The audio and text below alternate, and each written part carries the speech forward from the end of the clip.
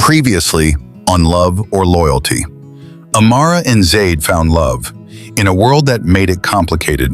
She was Christian, he was Muslim, and the people who were supposed to protect them became the walls standing between them.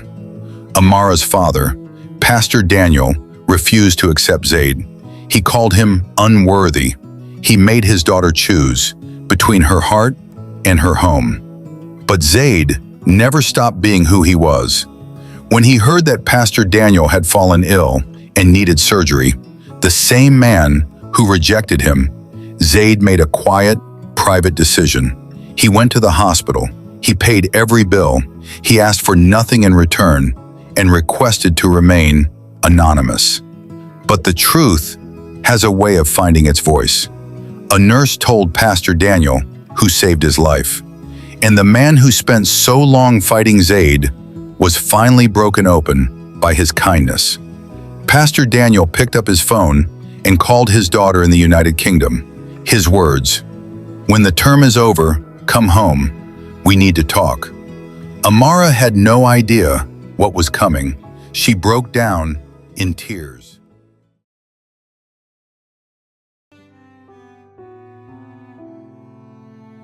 You've been sitting there for 20 minutes and you haven't moved. Do you want me to go or do you want me to stay? Was it bad news? I don't know. That's the problem. He said, "Come home, we need to talk," and then nothing else. My dad never says we need to talk unless the world is ending. The last time he said those words to me, I was 17. I had worn the wrong dress to church. What happened? A 2-hour sermon. At home. Just me and him and a Bible and a ceiling fan. Okay, so this could be anything. That's what's scary. The hospital. Whatever happened while I was here writing essays and pretending my life wasn't unraveling across an ocean. You can't go home right now, Amara. Finals are in 3 weeks. I know. Whatever he needs to say has waited this long. It can wait 3 more weeks. What if it can't? Then he would have said more than 4 words on a phone call. He sounded different, Elena. Softer. My father is never soft. Maybe something shifted. Something definitely shifted. I just don't know which direction. Tonight you don't solve it. Tonight you just breathe. Is that a medical prescription? From a second-year law student with no license? Yes, strictly off the books. You've been on this balcony since sunrise.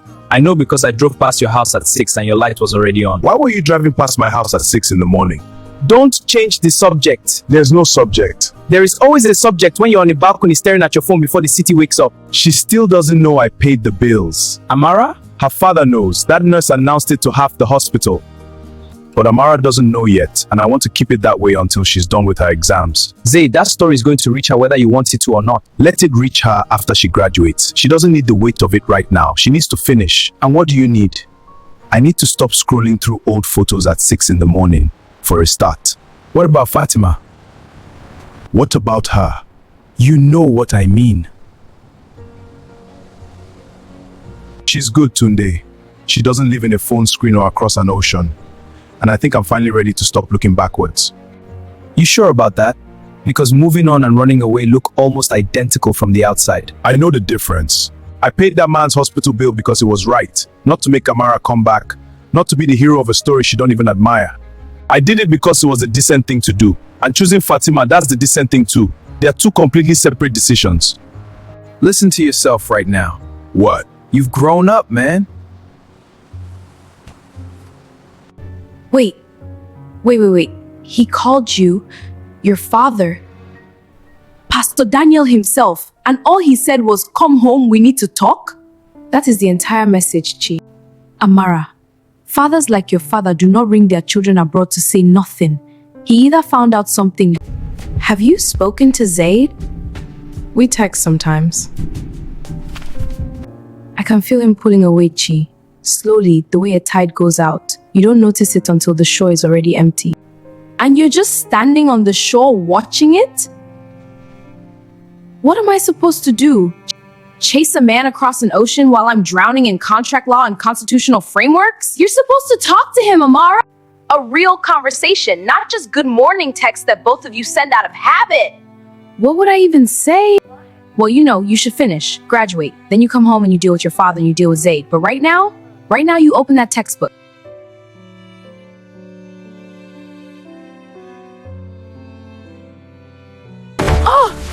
I'm so sorry. Whoa, no problem. Here, let me help.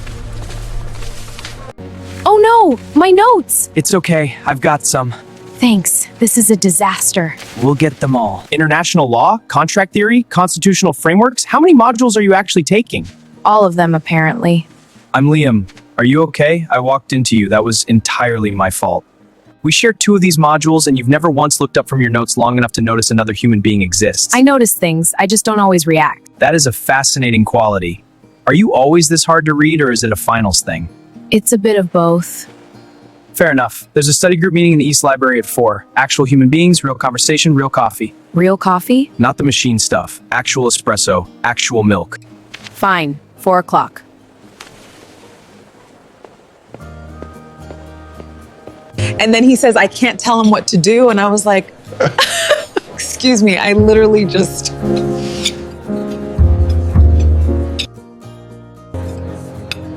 You went silent. Where did you go just now? I'm here. You do that sometimes. Go somewhere far inside your head. Can I be honest with you? Always. I'm coming out of something, Someone. and I'm not completely out yet, but I'm trying every day. And I want you to know that what's growing here between us, it's real. It's not a replacement, and it's not me running from anything.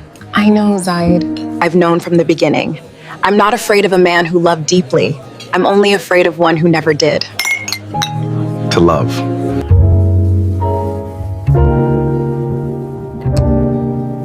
I'm here. Zayd, what you did at that hospital, going there alone, paying for a man who did not welcome you, asking for nothing in return. I want you to hear this from your mother's mouth. That was brave. You are a brave son. I didn't want it to become a big thing, Mama. It is a big thing. Own it. I will be honest with you. When I first heard what you had done, I was confused. This man fought against you. He called you unworthy of his daughter. He put obstacles in your path at every turn, and still you went. He's still her father. That doesn't change. Exactly. That is the part I could not have taught you. You learnt it yourself. So what happens now with Amara? She's finishing her finals. She'll graduate soon. When she's done, I'll call her. We'll say what we should have said a long time ago, and then we both move forward. And Fatima? Fatima is good for me. I believe that. And I'm choosing to show up for her the right way. Not half present, not carrying someone else's chapter into hers.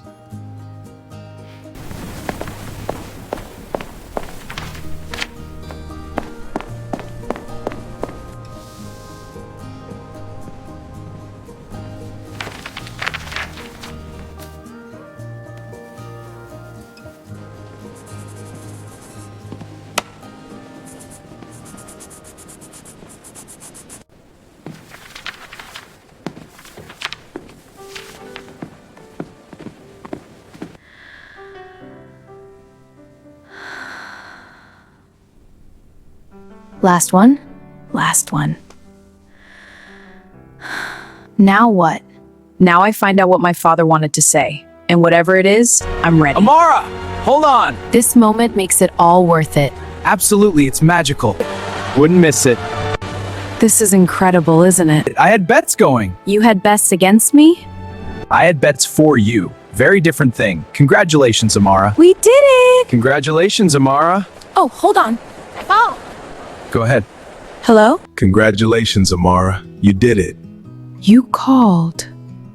I almost didn't, but I thought you deserved to hear it from me. Properly. Then say it properly. I love you, Amara. I want you to know that first before anything else. What we had was real, every single part of it. But But I spent 2 years loving across a distance that kept growing.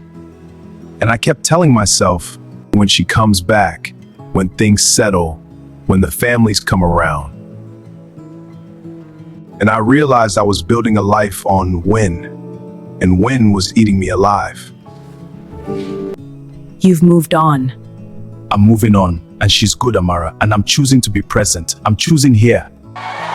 did you know that my father called me weeks ago? Said, come home, we need to talk. I heard he was getting better. You paid his bills? He needed help. That's all. That is not all, and you know it.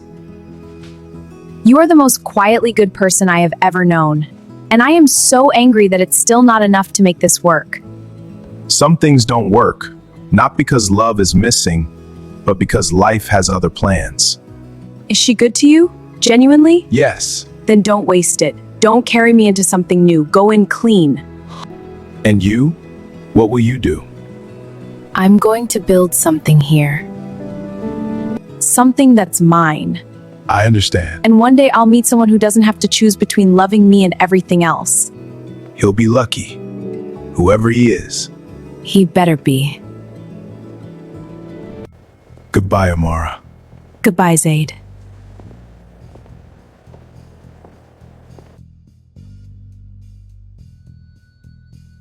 Hello, Mom, Dad. Our daughter, our graduate. Oh, God of heaven. We are proud of you, Amara, more than words. Daddy, you said we need to talk. I've been waiting weeks to understand what that meant. That young man, Zayd, he paid for my surgery. He asked to remain unknown. I know, Daddy.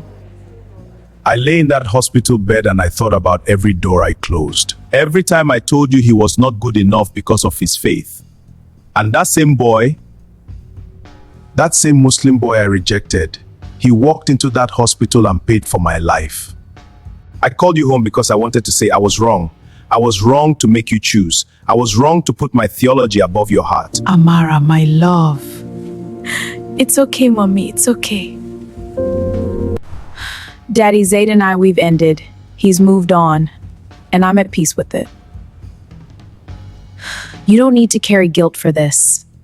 What happened, happened the way it was supposed to. Are you sure you're all right? I'm more than all right. And I need to tell you something else. I've been offered a graduate position here. A good firm. Good work. I want to take it. I want to stay here and build. Oh, that's wonderful news.